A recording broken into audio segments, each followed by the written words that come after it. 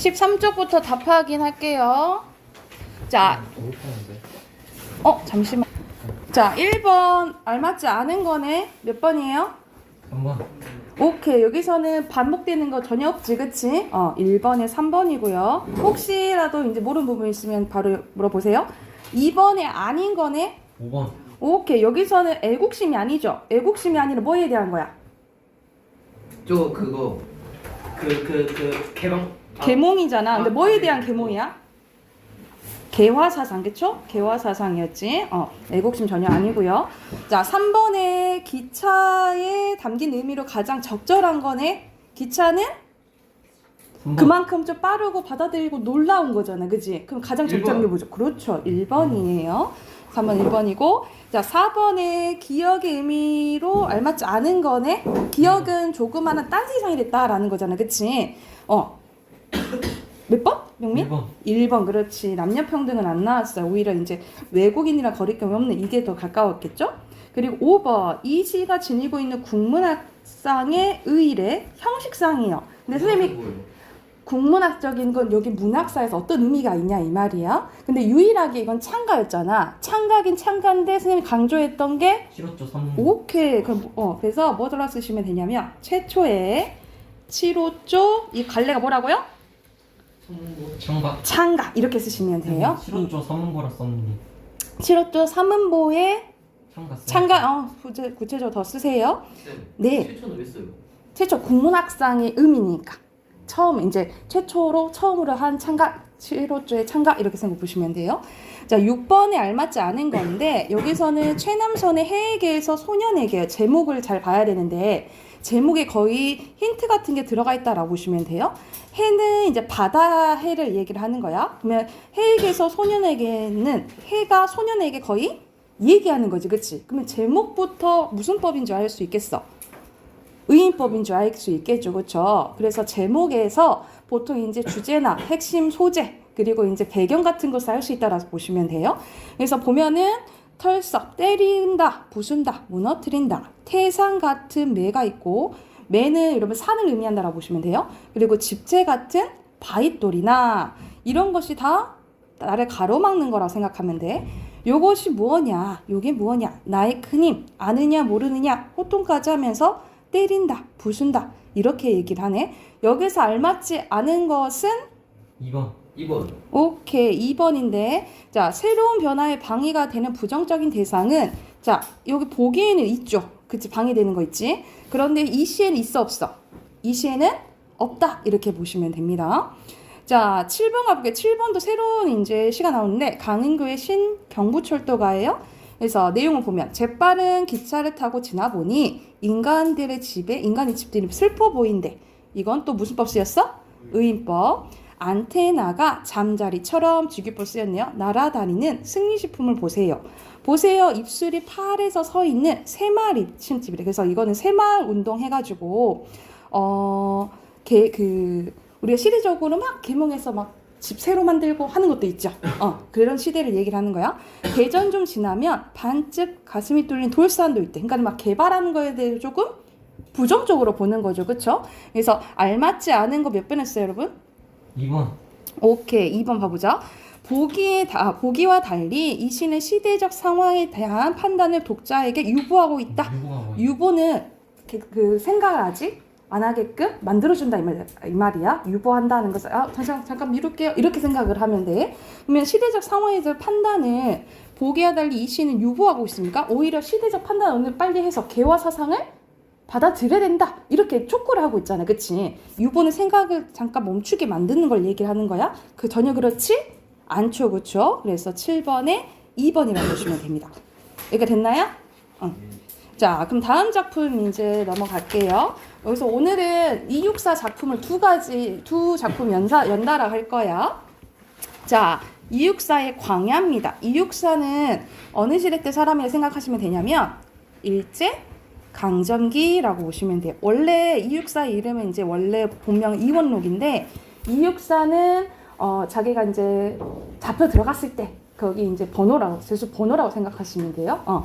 그거에 대해서 이제 이렇게 거의 우리가 필명 같은 거 짓잖아요. 그치? 그래서 원래 이제 본명알고 이육사로 이제 알려졌다라고 생각하시면 됩니다. 광야는 넓은 들을 얘기를 하잖아요. 그치? 여기서 뭘 얘기하고 싶은지 한번 봐볼게요. 자, 까마득한 날에, 까마득한 날을 엄청 큰 과거를 얘기를 하는 거지. 그치?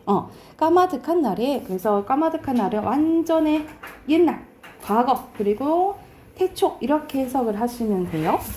까마득한 날에 하늘이 처음 열렸대. 하늘이 처음 열렸다라는 것을 세상이 만들어졌다. 이걸 얘기하는 거예요.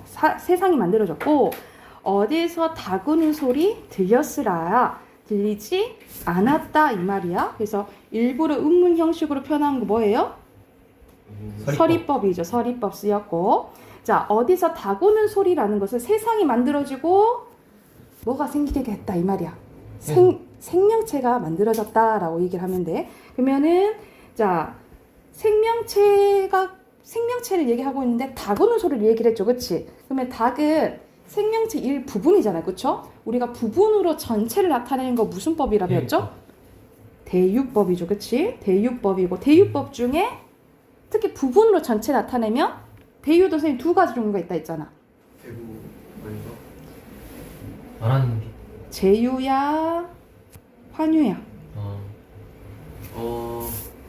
환유. 제유법이에요. 제유법. 그래서 대유법 중에 제유법이라고 보시면 됩니다. 자, 그래서 세상이 이제 만들어지게 된 거야. 모든 산맥들이 바다를 연모한다. 우리 연모하다 무슨 뜻이에요?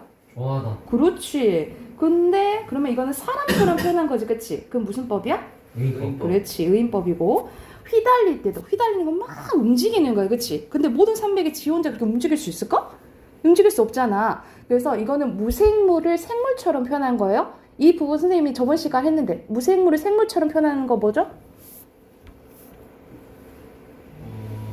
여기는 화류법이에요. 화류. 그래서 선생님 환유법이랑 헷갈리지 말라 그랬어. 무생물을 생물처럼 표현한 거예요. 화류법. 차마 이곳을 범하지는 못했대. 그래서 막 시간이 막 이제 막 산맥이 생기고 뭐 해도 이곳을 침범하지 못했다 이 말이에요. 이곳은 뭘까? 제목인 광야를 의미한다라고 보시면 돼요. 여기 침범하지 못했대. 끊임없는 광음을, 광은 빛광자의 그늘음자네. 그래서 밝아지고 누워지고 이걸 얘기하는 거야. 그만큼 시간이 지나는 걸 얘기를 하는 거지, 그치? 그리고 부지런한 계절은 피어서 진대. 계절이 부지런하다고 표현했네, 그치? 그럼 이것도 무슨 법으로 볼 수 있어? 의인법으로 볼 수도 있고, 그리고 부지런히 계절이 피어선 지고 피어서 졌다라고 표현했네. 그만큼 이제 시간의 흐름을 보이게끔 표현을 한 거야. 그래서 자, 시간은 보이지 않죠? 보이지 않는 개념 뭐라고 그래? 추상적 개념이라고 하지. 개념을 어떻게 구체적으로 표현했다. 시각적으로 표현했다. 그래서 시각적 형상화, 구체적 형상화 뭐 이렇게 생각을 하시면 돼요. 그래서 시간이 흐르는 것을 보이게끔 표현했다라고 보면 돼. 이렇게 막 시간이 지나면서 큰 강물이 비로소 길을 열었대. 자, 큰 강물이 비로소 길을 열었다라는 것을 우리가 물 있잖아. 물은 상징적으로 우리가 물 없이 살 수는 없지, 그치? 그래서 우리 요즘에 물 부족하다고 이제 난리잖아, 그치? 근데 항상 물 근처에 우리가 털을 잡고 발전하게 돼요, 그쵸? 그래서 우리가 유명한 강 있잖아. 4대 강 있잖아요. 겐지스강. 그래서 거기서 뭐가 산생했다? 우리 생명. 그리고 인간의 문명이 이제 생기게 된 거죠. 4대 문명이라 하잖아요, 그쵸? 그래서 큰 강물은 문명을 의미하고 여기에서 인간의 역사가 시작됐다라고 보시면 돼요. 역사가 시작됐다 이렇게 생각을 하시면 됩니다. 자, 이렇게 이제 세상이 만들어졌어. 그런데 지금은 이제 현재 아까 과거에서 어디로 온 거야? 현재지, 현재. 그런데 지금은 눈 내린다. 우리는 보통 눈은 겨울에 내리잖아. 겨울은 보통 긍정적인 거, 부정적인 거? 긍정. 봄에 비해서 겨울은 보통 부정적인 의미에. 그래서 눈 내린다는 것은 조금 부정적인 상황이라고 보시면 돼요. 자, 근데 시대적으로 가보자. 아까 이육사가 어느 시대 사람이라 했지? 그래서 여기서 눈은 일제 강점기를 의미한다 라고 보시면 돼요. 시대적으로 봤을 때 지금은 상태가 안 좋아, 지금 상황이 안 좋아. 이런 상황에서 매화향기 홀로 아득하다라는 거야. 매화향기는 우리가 우리 양반들이 예전에 우리 조상들이 좋아했던 꽃 중에 하나가 또 매화거든요. 그래서 매화향기는 아직 있다라는 것이 우리 민족 정신 아직 남아있다 이렇게 해석을 할 수가 있어요. 그래서 매화향기의 의미는 민족 정신 그리고 일제강점기랑 반대라고 생각한다면 뭐도 의미하겠어요? 우린 일제강점기에서 그렇지 벗어나야 되잖아. 그래서 조국 광복의 기운 이런 것들을 의미한다라고 보시면 돼요. 이 매화향기가 홀로 아득하대. 그러니까는 지금 현실 우린 이겨낼 수 있다 이렇게 얘기하는 거야. 그래서 이겨내기 위해서 내 화자나가 여기 가난한 노래시를 뿌려라 라고 얘기를 하는 거예요. 자, 가난한 노래시를 뿌려라 이거는 뭐냐 누구한테 하는 말이야. 뿌려라는 명령이잖아. 그치? 명령형인데 누구한테 명령해요? 일본 우리 누구한테 지금 명령하는 거야? 가난한 노래를 씨를 뿌려래. 누구한테 뿌리라는 거야 지금? 힘. 지금 주어가 뭐야? 누구한테 뿌리라는 거야? 내니까 나한테 명령을 하는 거야. 고로 그만큼 내가 먼저 나서서 뭔가를 할 테니까 너네들 따라와라. 우리 같이 힘을 합쳐서 뭐 해보자.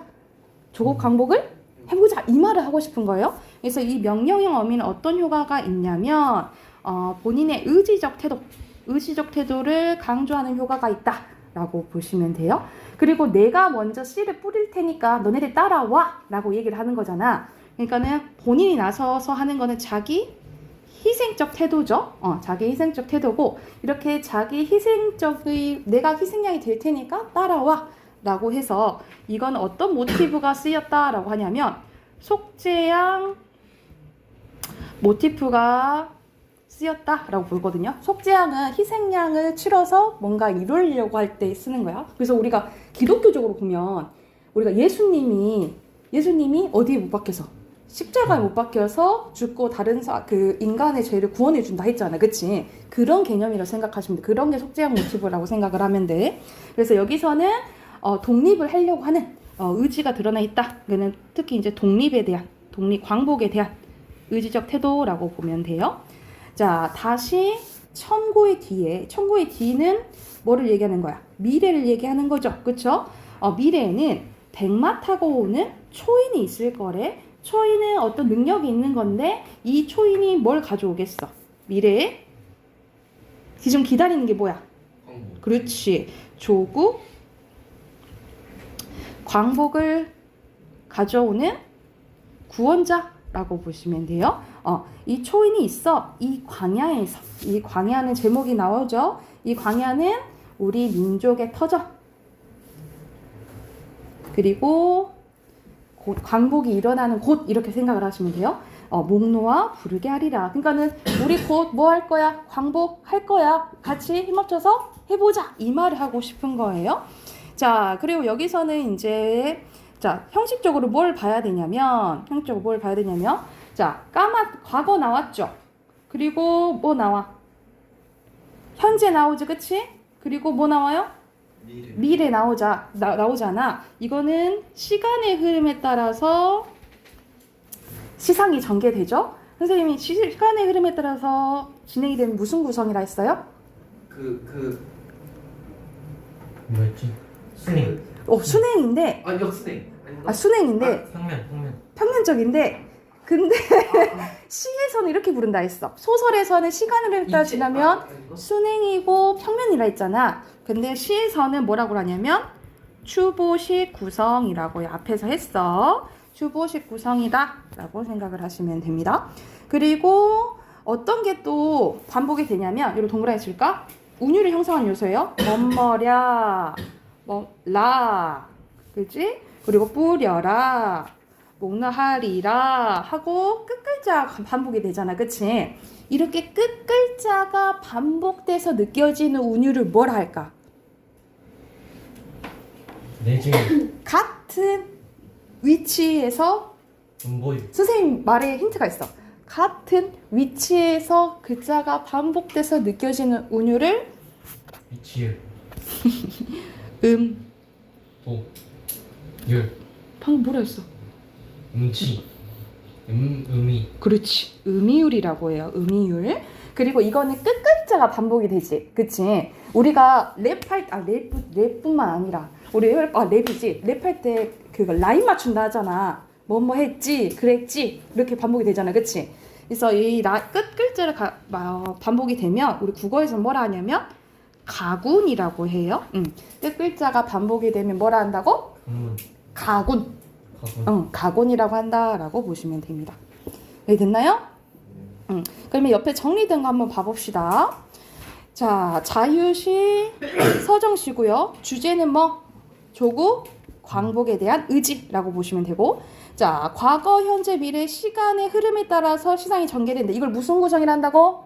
주버시. 오케이, 주버식 구성. 그리고 속죄형 모티프, 내가 막 먼저 씨 뿌린다 했지, 그치? 모티프를 통한 희생 정신이 드러난다. 그러니까 내가 먼저 할 테니까 따라와. 이런 의미라고 보면 돼. 그리고 상징적 시역, 많았죠. 다구는 소리도 있고, 아니면은 눈, 이런 매화향기, 이런 게 상징적 의미를 통해서 주제를 나타낸다라고 보시면 되고요. 자, 특히 어디를 보냐면 여기 화자의 어조와 태도 봐보자. 내 여기 가난한 노래에 씨를 뿌려라. 그래서 여기서는 자기 희생의 의지가 드러났다라고 보시면 되고, 목 놓아 부르게 하리라. 우리 곧 올 거야. 광복 올 거야. 얘기하는 거잖아. 그치? 이거는 예언자적 태도예요. 밑줄 거나 예언자적 태도가 드러나 있다라고 보시면 됩니다. 그리고 선생님이 아까 전에 설명했지만 속죄형 모티프 얘기했죠? 그러니까는 예수가 자기를 희생해서 인류를 구원한 것처럼 이 사람도 내가 이제 희생해서 우리 나라를 구하고 싶다. 이 이야기가 담겨져 있다라고 보시면 돼요. 여기까지 됐을까요? 오케이. 옆에 15쪽 풀어 오시고요. 16쪽으로 가자. 또 264의 작품 하나 더 나오거든요. 이거는 앞에 거보다 좀 짧지? 그치? 우리 지우는 오래 걸리네? 해볼까요? 아니요. 오겠지요? 자, 절정입니다. 우리 절정은 극에 달한 걸 절정이라 하지, 그치? 어떤 의미로 이제 절정이 쓰였는지 한번 봐볼게. 자, 매운 계절이 나오네요. 매운 계절은 막 매서운 추운 계절 얘기하는 거야. 그래서 긍정적인 거, 부정적인 거. 다 그런 건 아닌데 보통 부정적인 거예요. 매운 계절에 채찍에 갈긴데, 매운 계절을 그러면 시대적으로 뭘 말할까? 일제강점기. 그렇지. 일제강점기의 채찍. 일제강점기 우리의 시련, 고난, 우리가 이제 당했던 걸 의미를 하는 거야. 마침내 우리는 북방으로 휩쓸려 왔대. 그러니까는 밀려서 어디까지 떠밀리게 됐다. 북방까지 이제 떠밀려 오게 됐다라고 보시면 돼요. 그래서 북방은 우리 위쪽이잖아. 북한 쪽 이렇게 위쪽이잖아. 그래서 우리가 일제강점기는 우리나라에 살기 어려우니까 다른 나라로 가는 경우가 많았거든요. 특히 이제 중국의 만주 지방, 또는 북간도, 지금 북간도 이런 부분이라고 보시면 돼요. 그래서 북쪽은 우리가 방야이고 수평적인, 결국 극한적 공간으로 수평적인 의미를 지니고 있다라고 보시면 돼요. 그래서 여기서는 우리가 계속 밀리게 오게 된 거야. 이어서 볼게. 하늘도 그만 지쳐서 끝난 고원이래. 고원은 높은 곳을 얘기하는 거지, 그치? 그러니까는 또 높은 곳까지, 고원까지 가게 됐다라는 거야. 이것도 극한적 공간인데, 이거는 수평적이 아니라 무슨 적일까? 입체적. 세로잖아, 세로. 역순위. 아니, 북방이 수평적인 공간이라면 고원은 가로적. 세로니까 세로적. 수직적 공간이라고 보면 돼요. 자, 그리고 고원까지 갔는데 서리빨 칼라진 그 위에서다. 완전 뾰족한데 서기를 했다 이 말이야. 그러니까 위로도 밀리고 옆으로도 밀리고 발 디딜 데 없는 엄청 이런 뾰족한데 서게 됐다라고 얘기를 하는 거예요. 이거는 완전 극한의 최고조겠지. 극한적 공간의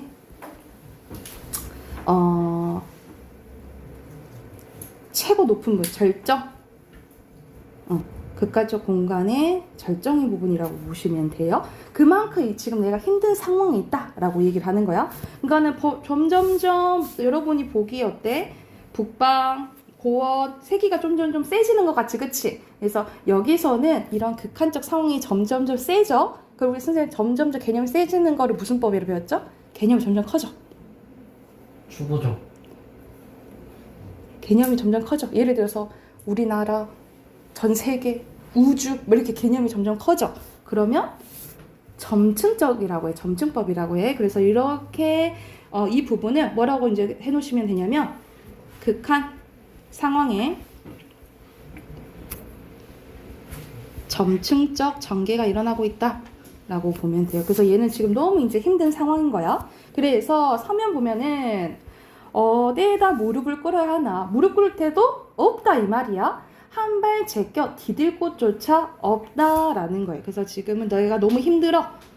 절망적인 현실이다 라고 보시면 됩니다. 절망적인 현실이야. 그런데 얘는 굴하지 않아. 그게 마지막 연에서 볼 수 있어요. 이러면 이러니까 이런 생각 보면 돼. 이러니까 눈 감아서 생각해 볼 수밖에 없다 이 말이야. 그래서 이 이름을 통해서 약간 시상 전환이 일어나 분위기 전환이 일어난다 라고 보시면 돼요. 그래서 자기는 뭐 어떻게 생각해? 이런 겨울은 강철로 된 무지개인가 보다. 겨울은 무지개인가 보다. 크게 보면 운유법이죠. 근데 강철이랑 무지개랑 어울리는 단어야? 어울리지 않죠. 그치? 강철이 보통 부정적이라면 무지개는 긍정적인 거잖아. 그치? 그런데 이렇게 어울리지 않는 단어를 연결했는데 그 안에서 의미를 전달하는 게 무슨 법일까요?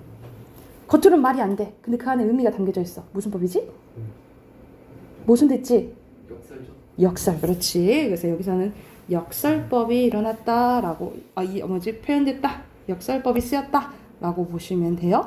그래서 여기서는 강철로 된 무지개가 무슨 말이냐라고 보는데 그거에 대한 설명이 옆에 있어요. 잠깐 보자. 자, 강철로 된 무지개의 역설적 표현인데 강철은 싸늘하고 비장하면서 강인한 인상을 주고 무지개는 환상적이면 희망적 인상을 주죠.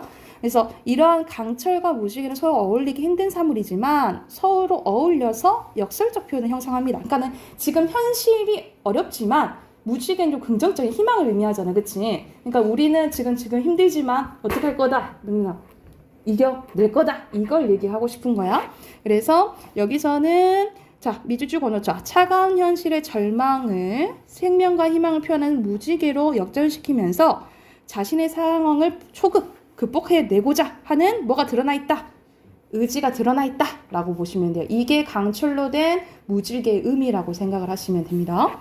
자, 그리고 다시 올라와서 형식 상황 잠깐 봐볼게요. 자, 총 4연으로 이루어져 있죠. 그치? 그리고 내용이 딱 전개가 되는데 우리가 보통 이렇게 4연돼 있으면 4단 구성이라고 해요. 기승, 전결. 그래서 기승전결은 보통 우리 옛날 한시 있죠. 한자로 쓰여진 시, 한시 형식이다 라고 보시면 돼요. 그래서 기승전결이 쓰였다까지 알아두시면 됩니다. 그래서 정리된 거 한번 봐볼게. 이것도 자유시 서정시고요. 주제는 극한 현실 상황을 뭐 하려는? 초극하려는 강한 의지가 주제예요. 그리고 강렬한 시어와 남성적인 어조를 통해서 남성적인 어조야. 강인한 의지를 표현하고요. 그리고 뭐뭐 오다, 서다, 현재형 시가 사용됐죠? 그래서 오히려 긴박함을 보여준다 라고 보시면 되고 마지막에 역설적 표현을 통해서 주제를 드러냈다 라고 보시면 됩니다. 그래서 밑에 보면은 특히 여기 부분 기억해 두시면 되겠죠? 강철로 된 무지개의 의미 알아두시면 됩니다. 여기가 됐을까요? 오케이, 그러면 여기 17쪽도 숙제로 해오시고 자, 소설로 갑시다. 소설 우리 동백꽃 했었잖아요. 그쵸? 동백꽃 답 확인해볼게. 자, 1번 이건 서술상의 특징이네요. 알맞지 않은 거 몇 번이에요?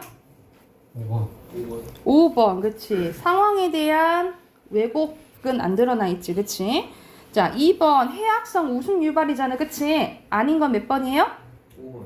5번. 그치? 전혀 역설적인 상황 안 나와 있고. 자, 3번 알맞지 않은 거 3번이죠. 3번이에요. 뭐가 틀렸어? 일부러 자존심? 건드는 게 아니죠. 일부러 그런 게 아니고 자기 이제 틱틱 그냥 된 거지, 그치? 그리고 4번 알맞지? 감자에 대해 설명을 알맞지 않은 거? 5번. 그렇지. 자, 5번 봐볼게요. 성격, 나의 성격이 알맞지 않은 거? 약간 의문스럽다는 여러분 처음 들어봤잖아요, 그치? 이건 무슨 뜻이냐면 겉으로는 어리숙해 보이는데 아예 속으로 앙큼한 생각을 거, 약간 앞뒤 다른 거 있지? 그럴 때 의문스럽다 해요. 5번이 잘못됐고, 그리고 알맞지 6번이 알맞지 않은 거 몇 번? 오케이, 2번이에요. 부조리 뭐 나타내는 거 그런 게 아니고 이거는 둘의 관계를 나타내기 위해서 쓰인 거죠, 그쵸? 명민아, 채점해야지. 7번에 알맞지 않은 거. 7번 알맞지 않은 거. 2번 어디가 틀렸을까? 점순이, 그치. 감자 받지 않은 건 자기가 자존심 상해서 그런 거잖아. 그쵸? 그렇게 생각을 하시면 됩니다. 오케이. 우리 앞으로 갈게요. 본봉 합시다. 이 본봉 선생님이 너무 길어서 저번 시간에 동백고 그냥 했었는데 오늘 본봉 가볼게요. 이거는 조금 길어요. 자, 김유정이 이제 작품 본봄인데요. 이거는 이제 또 시대적으로 보면은, 자, 여기 옆에 잠깐 봐볼게. 자, 단편소설, 순수소설, 농촌소설이고요. 배경이 이제 농촌인 거지, 그럼. 자, 1인칭 이것도 주인공 시점이에요. 그래서 이제 내가 나오는데, 나가, 자기가 결혼하고 싶어서 이 여자 주인공 집에서 지금 일하는 상황이에요. 그런데 자꾸 장인 어른이 결혼을 시켜줘, 안 시켜줘? 안 시켜주는 지금 상황이라고 보시면 돼요. 1930년대고, 주제는 우직한 대리 사이와 교활한 장인의 성례를 둘러싼 해학적인 갈등이라고 보시면 됩니다. 그래서 우직하고 어수룩한 서술자인 나의 이야기를 통해서 웃음을 유발하고요. 비속어, 토속어, 의성어, 의태어가 잘 사용돼서 사실감과 생동감을 유발한다라고 보시면 돼요. 그리고 역순행적 구성이네. 역순행적 구성은 뭐야? 과거? 해상하는 거지, 그치? 그리고 같은 말로 뭐라 했지요? 입체적? 그렇지, 입체적 구성이지. 그래서 긴밀한 짜임을 보여주고 있다라고 보시면 됩니다. 그러면 본문 바로 이제 들어가 볼게요. 자, 장인님, 이제 저 하면서 이게 지금 작품 처음 시작하는 부분이라고 보면 돼. 내가 이렇게 뒤통수를 긁고 나이가 찼으니 성례를 시켜줘야 하지 않겠냐 하면 그 대답 늘 이 자식아 성례고 뭐고 미쳐 자라야지 하고 만다라는 거야. 그러니까는 아직 자기 딸이 키가 자라지 않았으니까 좀 더 자라면 결혼시켜줄게. 좀만 기다려. 이렇게 얘기를 하는 거야. 자, 이 자라야 한다는 것은 내가 아니라 내 아내가 될 점순이의 키를 얘기한다라고 보면 돼. 자, 내가 여기에 와서 돈 한 푼 안 받고 일하기를 3년 하고 꼬박 7달 동안 했다라는 거야. 그럼 지금 몇 년 동안 일한 거야, 지금? 거의 4년 가까이 일을 하게 된 거야. 그러니까 막 이거는 뭘 얘기를 한 거야? 완전 결혼을 가지고 노동력을 지금 착취하고 있는 거야. 누가? 장인이 하고 있는 거야, 그치? 그런데도 미처 못 자랐다니까 이 키는 언제야 자라는 게인지 짜증, 영문 모른다. 일을 좀 더 잘해야 한다든지 혹은 밥을 좀 덜 먹어야 한다든지 하면 나도 얼마든지 할 말은 있다라는 거야. 그러니까는 하지만 점순이가 아직 어리니까 더 잘해야 한다는 것은 여기는 어째 볼 수 없이 고만 벙벙하고 만다라는 거야. 이래서 나는 애초에 계약이 잘못된 걸 알았다. 이태면 이태, 3년이면 3년, 기한이 딱 작정하고 일을 해야 할 것이다. 덮어놓고 딸이 잘하는 대로 성례를 시켜주마 했으니 누가 늘 지키고 섰는 것도 아니고 그 키가 언제 자라는지 알 수가 있는가. 그러니까 얘는 계속 마냥 기다리고 있는 거야. 점순이가 키가 자랄 때까지.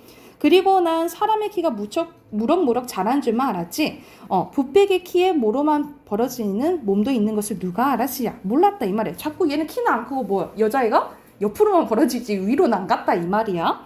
자, 장인님이 때가 되면 장인님이 어련하라 싶어서 군소리 없이 꾸벅꾸벅 일만 해왔다. 그런 말이다. 장인님이 자기가 알아서 살아서 참 너 일 많이 했다. 그만 장가 들어라 하고 살림도 내주고 해야 나도 좋을 것이 아니냐. 그런데 시치미를 딱 뜨고 도리어 그런 소리가 나올까 봐서 지레 펄펄 뜨고 이하나니다. 명색이 좋아 대리사위지. 그러니까 이 대리사위 통해서 뭘 알 수 있어요? 지금 대리사위 있나? 없잖아. 이 대리사위를 통해서 뭘 알 수 있냐면 시대적 배경을 알 수가 있다 라고 보시면 됩니다. 시대적 배경 아까 전에 몇 년도라 했지? 1930년대 알 수 있다라고 보시면 돼요. 일하기에 승겁기도 할 뿐 아니라 이건 참 아무것도 아니다 라고 하는 거야. 아무것도 아니다 라는 뜻은 나한테 이익이 있어 없어? 아무 이익도 없다 이런 뜻이라고 보면 돼. 아무 이익도 없다. 명민아 가서 물 좀 마시고 올래? 자, 순맥이 그걸 모르고 점순이의 키 자라기만 까맣게 시달리지 않았나 하고 이게 지금 이 상황인 거야. 자, 순맥이 그것도 모르고 여기 한번 밑줄 볼까? 이 순맥을 누굴 의미하는 거야?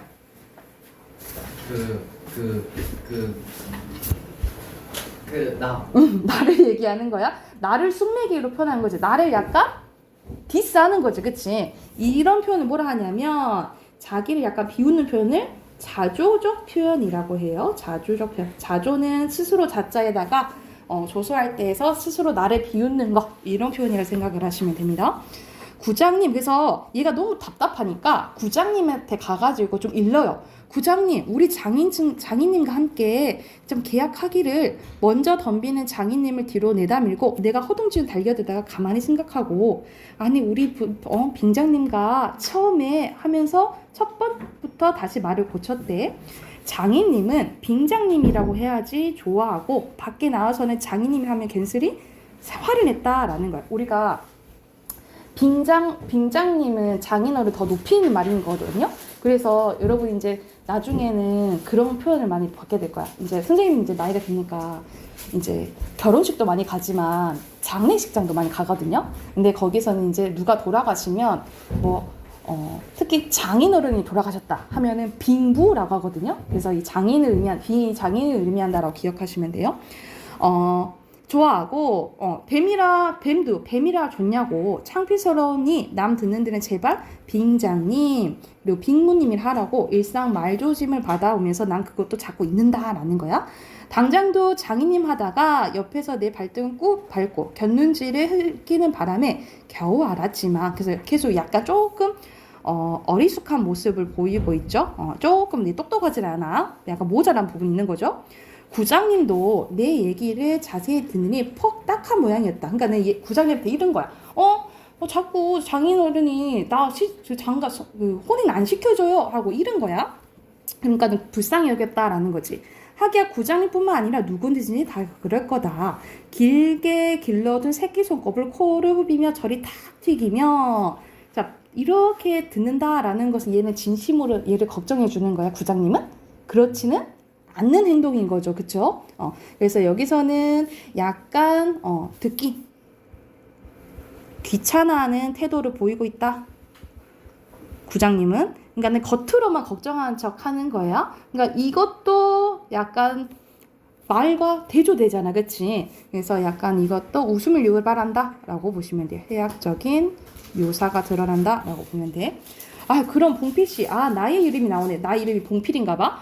봉필씨 얼른 성인을 시켜 죽으려 그럴까 하고 싶다는 걸. 봉필씨는 이제 그 장인어른한테 얘기하는구나. 내 말대로 했다. 그러나 이 말에 장인님이 삿대질로 눈을 부라리고 성늙고 보고 기지면이 미쳐 잘할 게 아닌가 하니까 그만 밀수록에서 입만만 쩍쩍 다실 뿐만 아닌가. 그것도 그래 하면서 또 누구 편 드는 거야? 장인어른 편 들은 거야. 그치? 그것도 맞네 이러는 거야. 그래 거진 4년 동안 안 자랐다니 그 키는 이제 자라지요? 다 그만두고 사경내슈. 글쎄 이 자식아 내가 크지 말라고 했니? 왜 날 보고 떼냐? 뭐라고 하냐? 라고 얘기를 하는 거지. 그래서 여기서는 구장님의 약간 우유부단한 이랬다 저랬다 하잖아. 우유부단한 태도를 보이고 있는데 왜 그러냐면 이 구장님이 장인어른한테 땅을 빌려다가 지내요. 그러면 당연히 장인어른의 눈치를 볼 수밖에 없잖아. 그래서 나의 편을 제대로 못 들어준다 라고 보면 됩니다. 이어서 이제 볼게. 넘겨서 70쪽. 여기서는 이제 뒤로 확 넘어가도 될 것 같아. 넘어가서 자 이제 일을 하는 상황인데 반날 일만 해주고 있을 테냐? 이건 누가 말하는 거냐면 점순이가 나한테 얘기하는 거예요. 자, 영득이는 1년을 살 곳을 잠깐 들었는데 넌 4년이나 살 곳을 더 해야 돼? 아, 네가 세 번째 사인 줄이나 아니? 세 번째 사이? 남의 일이라도 분하다 이 자식아. 우물에 가 빠져 죽어. 말 장난하게 하지, 그지? 그러니까는 야, 너 아직도 이러고 있어? 얼른 결혼시켜 달라고 해 하고 점순이가 나를 약간 푸시하는 거야. 이렇게 야, 너 계속 일만 할 거야? 우리 결혼 안 해? 이렇게 얘기를 하는 거예요. 자, 나중에는 겨우 손톱으로 목을 따라까지 하고 제 아들까지 함부로 후닥이었다. 별의별 별소리를 다 해서 그대로 옮길 수 없으나 그 줄거리는 그렇다라는 거지, 그치? 자, 우리 장인님이 딸이 셋이 있는데 이거는 이제 요약해 주는 거야. 요약해 주는 건데 우리 딸 셋이 있는데 맏딸은 재작년 가을에 시집을 갔다. 정말은 시집을 간 것이 아니라 그 딸도 대리사를 해가지고 했다가 내보냈다. 그런데 딸이 10살 때부터 19, 즉 10년 동안 대리사회를 갈아들이기를 동리에서는 사회부자라고 이름이 났다라는 거야. 그러니까는 이 장인은 완전 일수법을 쓰는 거지. 저런 시켜줄게 하고 대리사회를 데리고 왔다가 일만 시키고 결혼시켜 안 시켜? 안 시키는 거야. 계속. 그래서 이 대리사회를 갈아치웠다라고 보는 거지. 진짜 이 사회부자는 진짜 좋은 표현이에요? 좋은 표현이 아닌 거야. 그래서 여기선 사회부자는 반어적 표현이라고 보시면 돼요. 좋은 표현이 아닌 거야. 14놈이란 게 너 참 너무 많았다 이 말이야. 14놈이 냈다 이 말이지. 장인님이 아들은 없고 딸만 있는 거로 그 까닭에 그 다음 딸을 대리사를 태울 때까지 부려먹지 않으면 안 된다. 물론 머슴을 두면 좋지만 그건 돈이 드니까 일 잘하는 놈을 고른 후 하고 연방 바꿔드렸다. 또 한편 놈들이 욕만 줄창 퍼붓고 심의도 부려먹으니 베리상에서 달아나기도 했겠지. 점순이는 둘째 딸인데 내가 이를테면 세 번째, 자기는 몇 번째로 온 사람인 거야? 세 번째로 온 사람인 거야.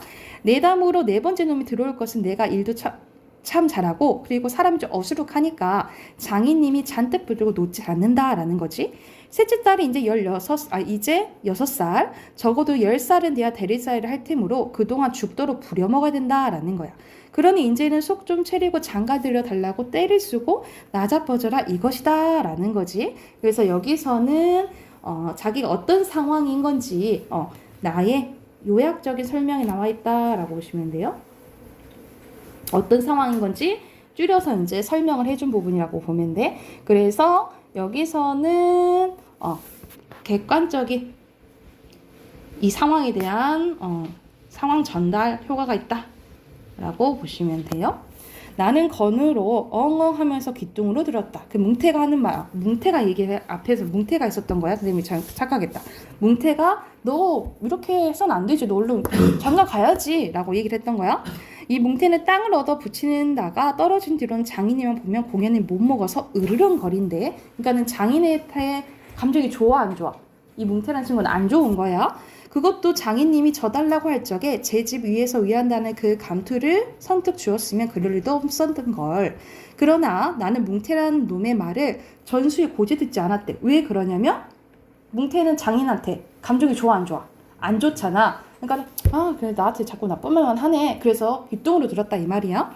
그래서 곧 고지 들었다면 간밤에 와서 장인과 싸웠지 무사히 있었을 리가 없지 않은가. 그러면 딸에게까지 인심을 잃은 장인님이 혼자 나빴다라고 얘기를 하네. 실토이진 않은 점순이가 아침상을 가지고 나올 때는 오늘 또 얼마나 밥을 담았나 하고 이것만 생각했다. 상에는 된장찌개하고 간장 한 종지, 조밥 한 그릇, 그리고 밥보다 더 수두랗게 담은 산나물이 한 대접. 이렇다라는 거지. 나물은 점순이가 틈틈이 해오니까 2대접이고 4대접이고 멋대로 먹어도 좋나 밥은 장인님이 한 삽을 왜 더 주지 말라고 해선 안 된다라는 거야. 밥도 제대로 줘 안 줘?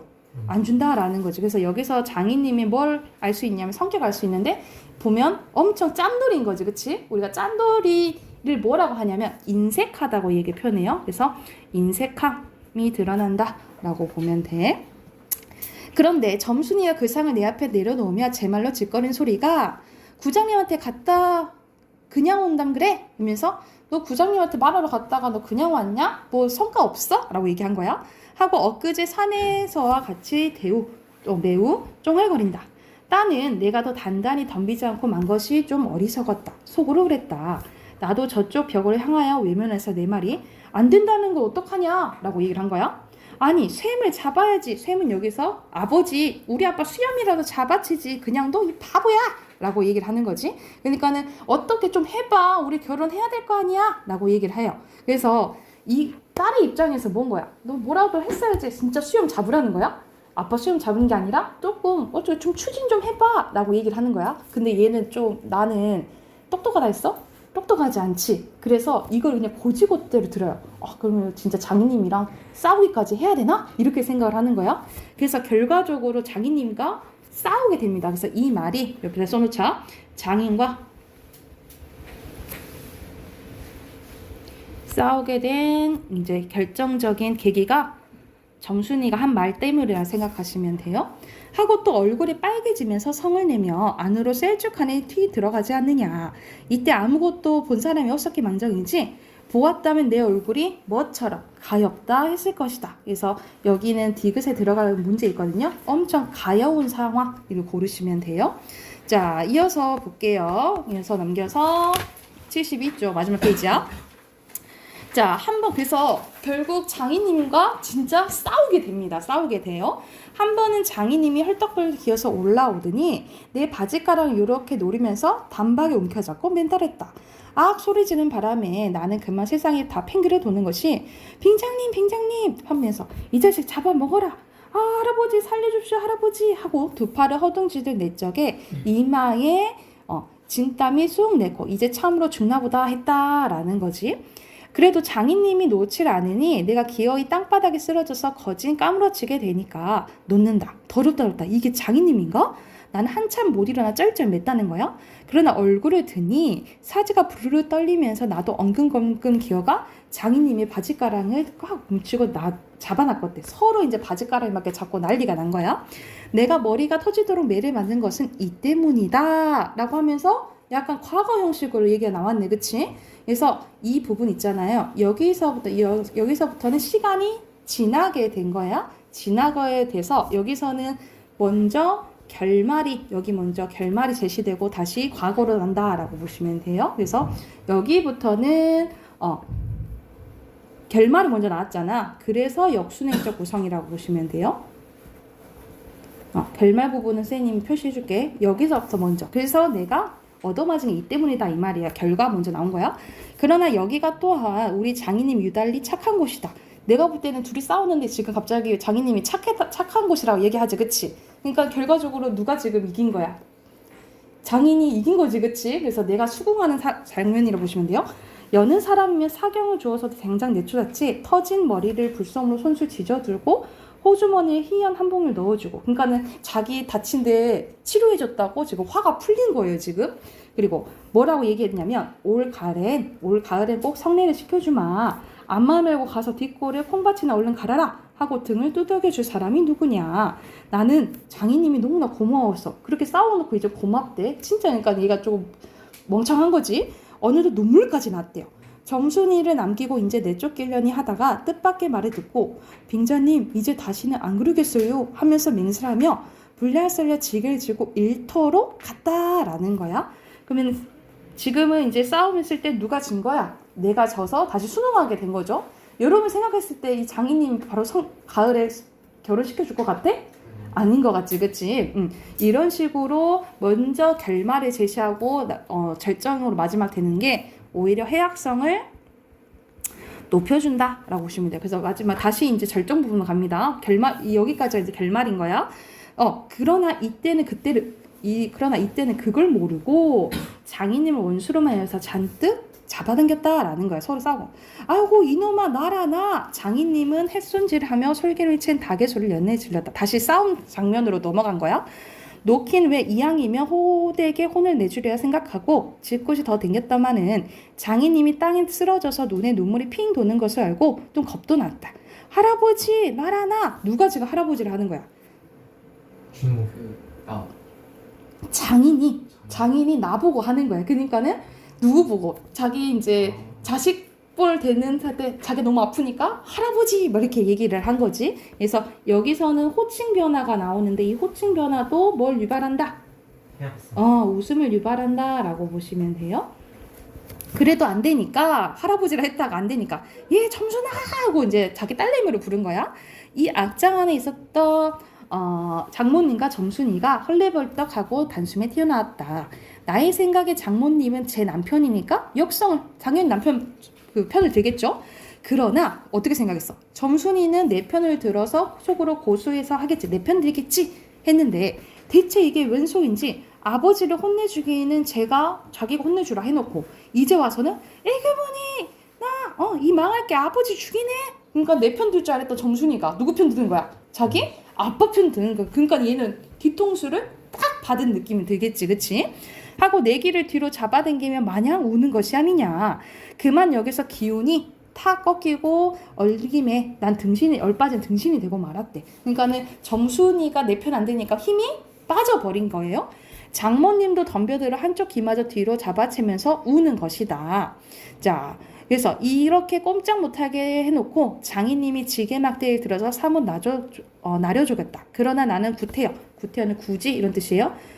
피할라진 않고 암만 해도 그 속 알 수 없는 점순이의 얼굴만 멀거니 들여다보았다. 이 자식 장인 입에서 할아버지 소리가 나렇게 하면서 끝나게 돼요. 그래서 이렇게 이 결말은 웃음, 해악성과 여운을 준다. 여운을 주는 결말이다. 라고 보면 됩니다. 그러니까 보통 소설과 조금 구성이 다르죠. 이게 순서대로 진행돼야 되는데 결론 먼저 제시되고 그 다음에 절정이 나온다고 생각하면 돼. 그러니까는 결국 누구 때문에 힘 빠져서 다시 얌전한 모습이 된 거야? 점순이가 자기 편을 안 들게 된 거지, 그치? 그래서 이러한 이제 웃음을 유발한 그때 시대적 배경도 보여주고 웃음을 유발하는 작품이라고 생각을 하시면 됩니다. 이렇게 어렵지는 않죠, 그쵸? 자, 이렇게 생각을 하시면 돼요. 시작합시다.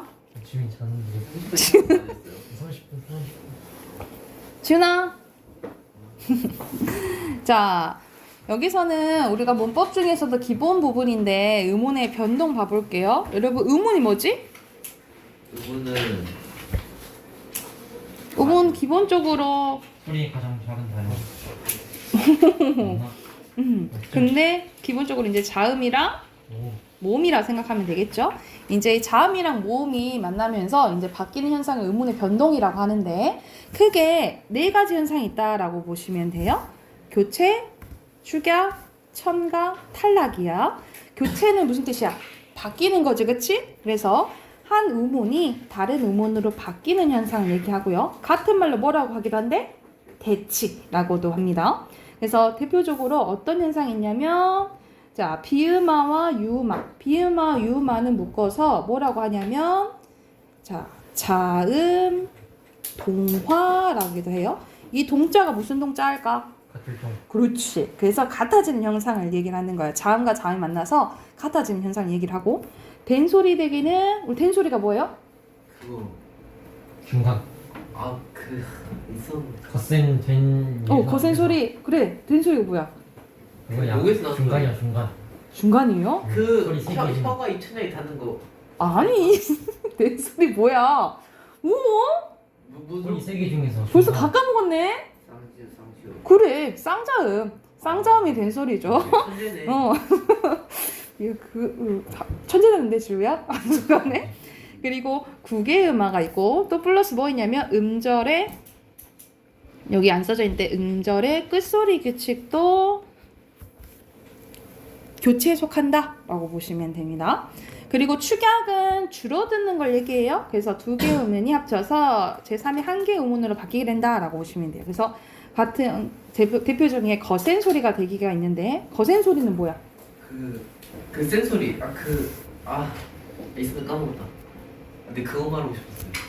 이걸 거센 소리라고 하지요. 그래서 대표적인 게 뭐라 생각하냐면 되냐면 이거라고 생각하면 돼. 이거 어떻게 발음하니?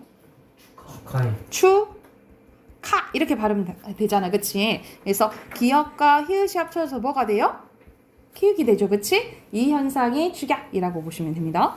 자, 첨가는 들어가는 거지. 그래서 없었던 의문이 추가되는 거고 대표적인 게 반모음 첨가 또는 니은 가장 많은 게 니은 첨가예요. 그래서 니은 첨가 현상은 할 거고 자, 탈락은 말 그대로 없어진 거죠. 그래서 모음 탈락도 있고 모음 탈락 있으면 무슨 탈락도 있겠냐? 자음 탈락도 있어요. 자, 가장 먼저 근데 비음화 나와 있네. 비음화는 어디에 속한다고? 교체에 속한다고요. 교체에 속해요.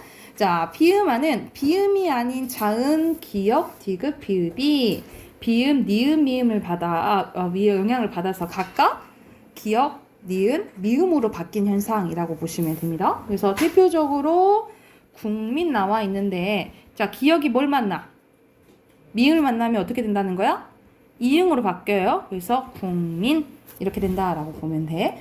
근데 왜 하필 각각 이렇게 바뀔까? 뭐가 같기 때문이야. 소리 혓바닥 위치. 오, 오, 오, 그게 뭔데? 위치, 어떤 위치?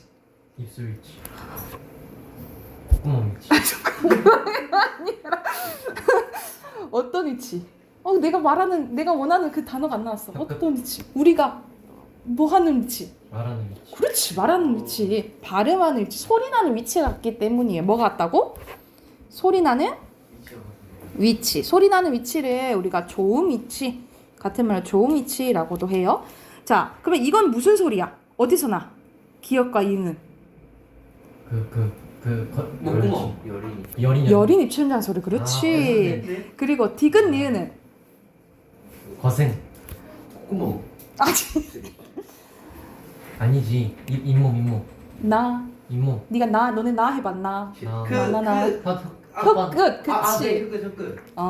잇몸 소리. 그리고 비읍 소리. 입술 소리. 입술 소리. 그렇지. 입술 소리. 그래서 소리 나는 위치가 같기 때문에 우리가 이러한 음운의 변동이 일어나는 이유는 딱 한 가지예요. 발음을 쉽게 하려고. 그치? 그래서 그나마 가까운 위치 걸로 바뀐다라고 생각을 하시면 됩니다. 그래서 여기 밑줄 쭉 건너자. 조음 위치는 뭐야? 그대로고 뭐만 바뀌어요? 조음 방법만 바뀌어요. 조음 방법이라는 것이 뭐냐면, 자, 기역, 디귿, 비읍은 무슨 의미야? 네? 무슨 의미지? 어떻게 소리 내지? 탁! 어디를 나갔다가 탁 터트리면서 나지. 파열. 오케이. 파열음이죠. 파열음인데 미음은 어떤 소리야? 어디서 나? 마찰. 비음. 미음. 그 혀천장, 입천장, 콧소리. 콧소리. 그렇지. 고로 얘는 비음이야. 그러니까는 뭐가 달라진다? 파열음에서 비음으로 바뀌니까 조음 방법만 달라진다 라고 기억하시면 돼요. 그리고 그냥 비음화가 있는 것도 아니라 뭐도 있냐면, 자, 종로, 섭리와 같은 유음의 비음화도 있다라고 보시면 됩니다. 유음의 비음화라는 것은 뭐냐면 이 리을이 오히려 뭐로 바뀌어? 니은으로 바뀌는 현상이라고 보시면 돼요. 그래서 앞에 이 리을 있잖아요, 여러분. 리을은 니은, 리을 이외의 자음과 만나잖아요. 그러면 니은으로 바뀐다라고 보면 돼. 그래서 종로 봐봐. 앞에 이응 맞지, 그치? 섭리했을 때 비읍 맞지? 그러니까 니은과 리을 이의 자음과 만나버리면 오히려 리을이 뭐로 바뀐다 이 말이야. 니은으로 바뀐다 이 말이야. 이게 리을의 뭐예요? 리을의 비음화 현상이다 라고 보시면 됩니다. 자, 비음화 됐죠? 자, 유음 갈게요. 여러분, 유음이 뭐야? 유일하게 흐르는 소리잖아. 유일하게 뭐 있죠?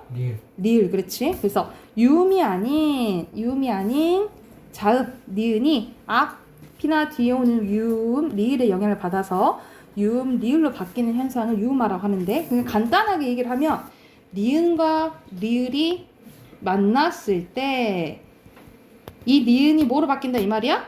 리을로 바뀐다 이 말이야. 그래서 자, 대표적으로 이거 어떻게 발음나니?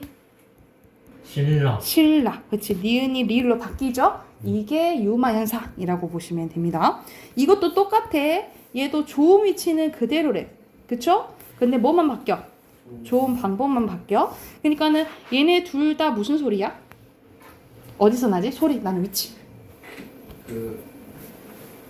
콧소리. 잇몸 소리죠. 그런데 자, 얘는 무슨 의미야? 비음이지? 비음이 같은 유음이 된다. 그래서 조음 방법만 바뀐다 라고 생각을 하시면 됩니다. 그리고 꼭 일어나는 것도 아니고 일어나지 않는 경우도 있다 라고 보시면 돼요. 자, 세 번째 된소리야. 된소리는 뭐라 했어? 쌍잠이라 했지, 그치? 그래서 예사 소리가 예사 소리가 이제 쌍자음이 되는 거라고 보면 되는데, 자, 이거는 조건이 중요해요. 이거 조건 완전 중요해. 여기가 조건이야. 여기 완전 별표. 4가지 조건이 있는데, 자, 첫 번째 가보자. 음절 끝, 기역, 디귿, 비읍 뒤에 가다 사자가 이게 된소리 안 한다 라고 보시면 돼요. 가다 사자가 이렇게 생각하면 돼. 선생님은 어떻게 하냐면 바다 사자가 이렇게 외우거든요. 이거는 순서로 돼 있는데 뭐 바다 선생님이 바다 사자가 이렇게 외웠어. 그래서 어떻게 생각하면 되냐면 이거 기역 디귿 비읍 파열음이지. 파열음 뒤에 바다 사자가 이게 오면 이게 뭐가 된다 이 말이야. 된 소리가 된다라는 거야. 그래서 대표적으로 국밥 봐보자. 기역 뒤에 비읍 봤죠? 그러면 국밥 뒤에가 된 소리 난다라고 보면 돼. 두 번째, 용언의 어감 받침 니은 미음 뒤에서 가다 사자가 된 소리가 난다라고 보면 돼. 여러분 용언이 뭐야? 용언이 뭐야? 멸치. 어머나. 우리 지훈이는 알걸? 지훈아 용언이 뭐지? 몰라요. 지훈이 알아? 지훈. 그렇지 동서라. 내가 지훈이가 아니까 물어봤지. 동서랑 뭐 있지? 형용사. 지훈이 알거든. 용언의 어감 받침이란 어감은 뭐야 근데? 준이 알 거예요. 앞에 있는 오 앞에 있는데 더 정확하게. 동사 앞에 형용사 앞에 주어 앞에 어감이 뭐죠? 하나의 앞에 있는 거죠? 준아 말해줘. 우리가 먹다, 먹니, 먹구나 막 이렇게 활용하지, 그치?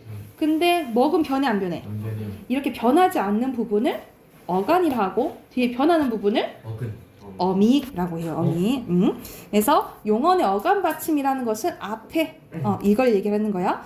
앞에 그 미음이 왔죠? 그래서 이거 뒤에 가다사자가 된 소리 난다라고 보면 돼요. 그래서 미음 뒤에 기억 왔죠? 그래서 감고, 얹다, 안쏘, 신지. 그래서 용언에만 해당된다. 이거 용언을 잘 기억하세요. 용언만 해당된다라고 보면 돼. 명사는 된다 안 된다? 안 된다. 그러니까 용언이 이제 조건이라 생각하면 돼요. 그리고 세 번째, 한자에서 리을 받침 뒤에 연결되는 디귿, 시옷, 지읒이 된 소리가 나는데 이거는 예시로 외우세요. 뭐가 있냐면 한자로 발달, 발생, 발전 이렇게 외우시면 돼요. 예시로 이건 외워요.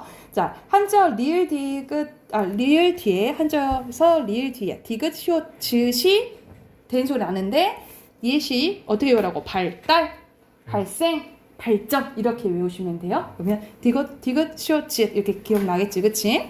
그리고 관형사형 리을 뒤에 연결되는 또 바다사자가 이게 또 된 소리가 난다라고 보시면 돼요. 자, 만날이 사랑 꾸며주지, 그치? 근데 우리가 이거를 관형어라고 배웠잖아요, 그치? 그러니까 여기 리을 있죠? 이 리을이 관형어 역할을 만들어주는 관형사형 어미예요. 관형사형 어미 뒤에 바다사자가 이게 오면 또 만날 사람 이렇게 된 소리가 난다 이렇게 기억하시면 됩니다. 조건 몇 가지? 4가지예요. 첫 번째 뭐야? 첫 번째 기역, 디귿, 비읍 뒤에 바다사자가 이게 된 소리. 두 번째 용언의 어감 니은, 미음 뒤에 뭐가? 가다사자 이게 된 소리. 그리고 한자어 리을 뒤에 뭐? 디귿, 시옷, 지읒. 선생님 예시 어떻게 기억하라고? 발달, 발생, 발전 이렇게 기억하라고. 그리고 관형사형 어미 리을 뒤에 또 바다사자가 이게 된 소리를 난다라고 보시면 돼요. 이해됐어요? 이거는 외워두시면 좋아요. 아셨죠? 자, 구개음만 봐볼게. 구개음은 구개음이 아닌 디귿디귿이 모음 이나 반모음 이로 시작되는 무슨 형태소?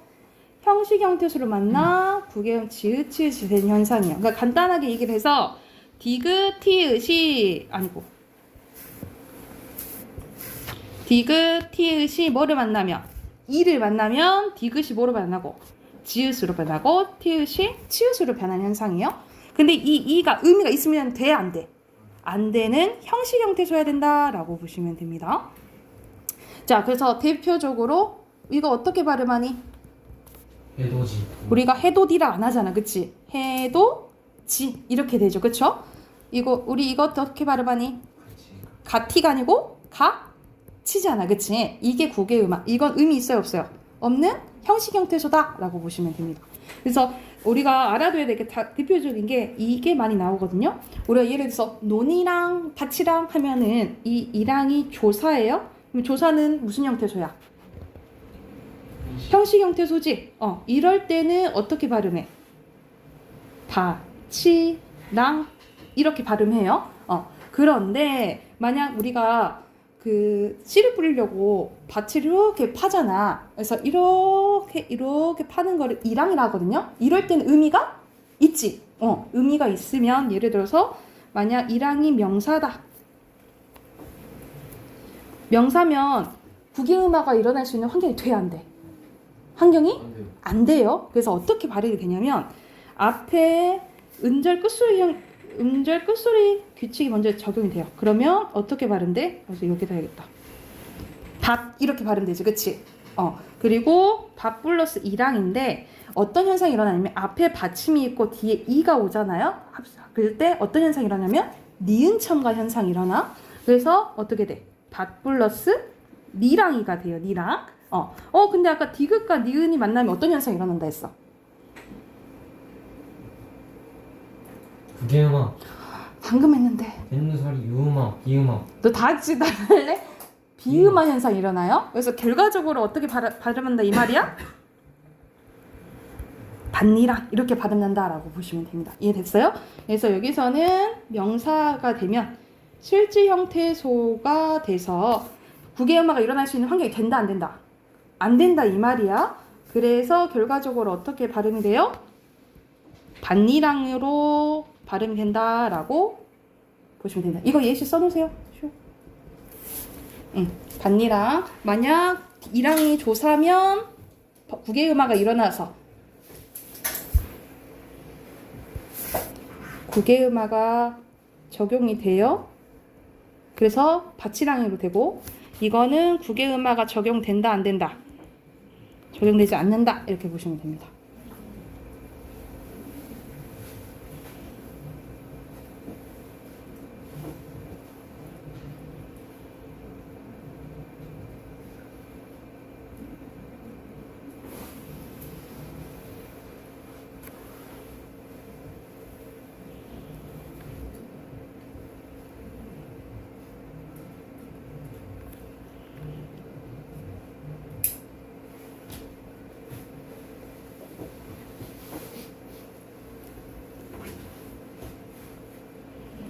됐나요?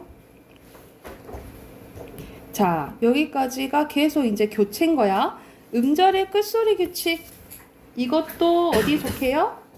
교체에 속해요, 여러분. 교체에 속하고. 아까 선생님 이것도 국외음화도 교체. 그리고 된소리 대기는 아니에요. 따로 있는 거고. 교체. 미안해. 교체. 이것도 교체. 다 교체, 교체하고 있는 거야. 자, 음절 끝소리 규칙 봐보자. 음절 끝소리 규칙은 쓸 때는 상관없는데 발음할 때 뭐로 받는다 이 말이야. 자음 이것 중에 하나로 바뀐다 이 말이야. 그래서 이거 선생님이 어떻게 보통 외운다 했지? 그녀 다리만 보여. 그렇지, 딱 기억나지? 그녀 다리만 보여 이렇게 외워도 되고 보통 가느다란 물방울 이렇게 외우라 하거든요. 또는 선생님 학생들이 만든 게 그날도 라면 버 아니면 그날도 드라마 봤어. 하여튼 원하시는 걸로 외우시면 돼요. 우리 명민아 그건 아주 쏙쏙 기억나지, 그치? 자, 여기서 그래서 어떻게 발음이 나냐면 예를 들어서 쓸 때는 상관이 없어. 그치? 근데 이거 어떻게 발음해요? 이렇게 된다. 그래서 이것 중에 하나로 바뀌는 현상을 뭐라 한다? 음절의 끝소리 규칙. 같은 말로 7종성법이라고 해요. 종성은 받침을 종성이라는 거야. 7종성법 써놓자. 같은 말로 7종성법이라고 합니다. 그리고 다음 두음법칙 가볼게요. 두음 법칙은 자 한자 보고 그냥 환경 한자여야 돼. 한자 첫머리에서 리을이나 니은이 오는 것을 회피한 현상을 두음 법칙이라고 해요. 그래서 우리 끝말잇기 할 때 그거 하잖아. 두음 법칙 적용되냐? 뭐 이렇게 하잖아, 그치? 그거라고 생각을 하면 돼. 그래서 대표적인 게 리을이 모미나 반모미에서 탈락되거나 그래서 림 이렇게 쓰는 게 첫 소리를 하면 임 이렇게 되는 거지. 리을 탈락을 얘기하는 거고 리을은 다음 모음 앞에서 니은으로 바뀌게 됩니다. 그래서 이거는 어디에 속하냐면 교체에 속해요. 그러니까는 아예 탈락해버리면 어떤 현상에 속하겠어? 탈락이고 이렇게 바뀌게 되면 무슨 현상에 속해요? 교체 현상에 속하게 된다라고 보시면 돼요.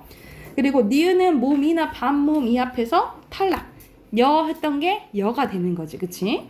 그래서 여기 표시해 두시면 돼요. 두음 법칙은 교체와 탈락 두 가지 현상으로 나타난다. 그래서 때에 따라서 이걸 묻는 문제가 나오기도 하거든요.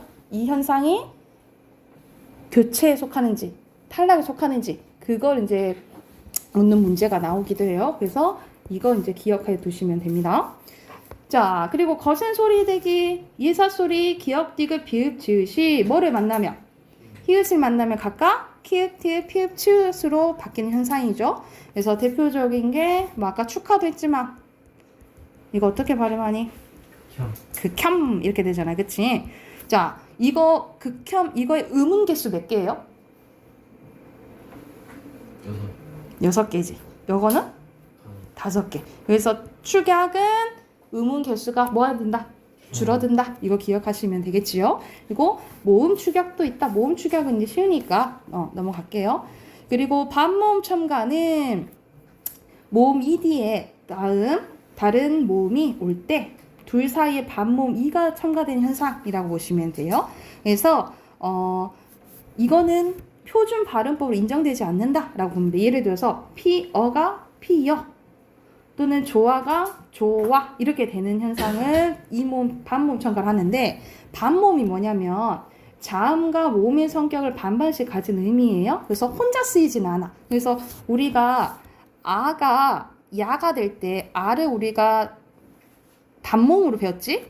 야가 무슨 모음이죠? 이중모음 배웠잖아.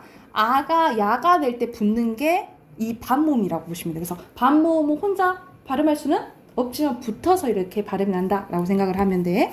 그래서 이 계열과 오 계열이 있다 이렇게 생각을 하시면 됩니다. 자, 니은 첨가 현상 가는데 이거 니은 첨가 현상 여기 조금 설명이 좀 잘못돼 있어서 니은 첨가 현상은 여러분 뭐라고 생각하면 돼? 이건 따로 필기할게. 니은 첨가 현상 뭐냐? 아까 우리가 선생님 반니랑 했었지, 그치? 그때 앞에 받침이 있고 뒤에 이, 야, 여, 요, 유가 왔을 때 이게 환경이야. 앞에 받침이 있고 단어가 합쳐질 때요. 합쳐질 때 앞에 받침이 있고 이, 야, 여, 요, 유가 오면은 니은 첨가가 되는데 대표적으로 예시가 뭐냐면 한여름 봐보자. 발음할 때 어떻게 되냐면 앞에 받침이 있죠. 그 뒤에 뭐가 왔어? 여가 왔지, 그치? 이럴 때는 어떻게 발음된다? 니은 첨가 한여름 이렇게 발음이 나요. 그리고 이거 한번 해보자. 이건 어떻게 발음이 낼까? 꽃잎을 호들 티귿을 쉬어?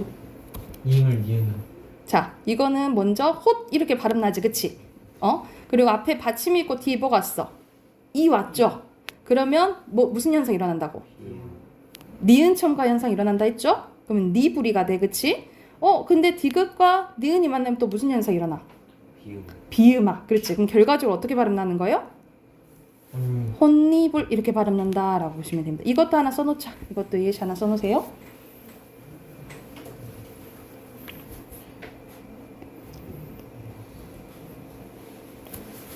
자, 그리고 모음 탈락이에요. 이건 모음 탈락은 어떤 일정 환경에서 이제 발음이 안 되는 건데, 자, 두 가지인데요. 첫 번째, 용언어가 끝에 아어가 아서 어서와 같이 아오로 시작한 어미와 결합할 때 하나의 모음이 탈락한다. 이게 말이 어렵지? 예시를 보면 쉬워. 가 플러스 아서 했을 때 아가 연다라고 이제, 그치? 이럴 때 하나의 아가 뭐 해야 된다 이 말이야. 탈락된다 이 말이야.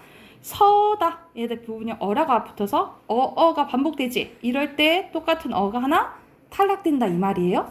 그래서 이건 같은 말로 뭐라고 하냐면 같은 모음이 탈락된다 해서 동모음 탈락이라고요. 동모음 탈락 써놓자. 동모음 탈락 이런 걸 동모음 탈락이라고 해요.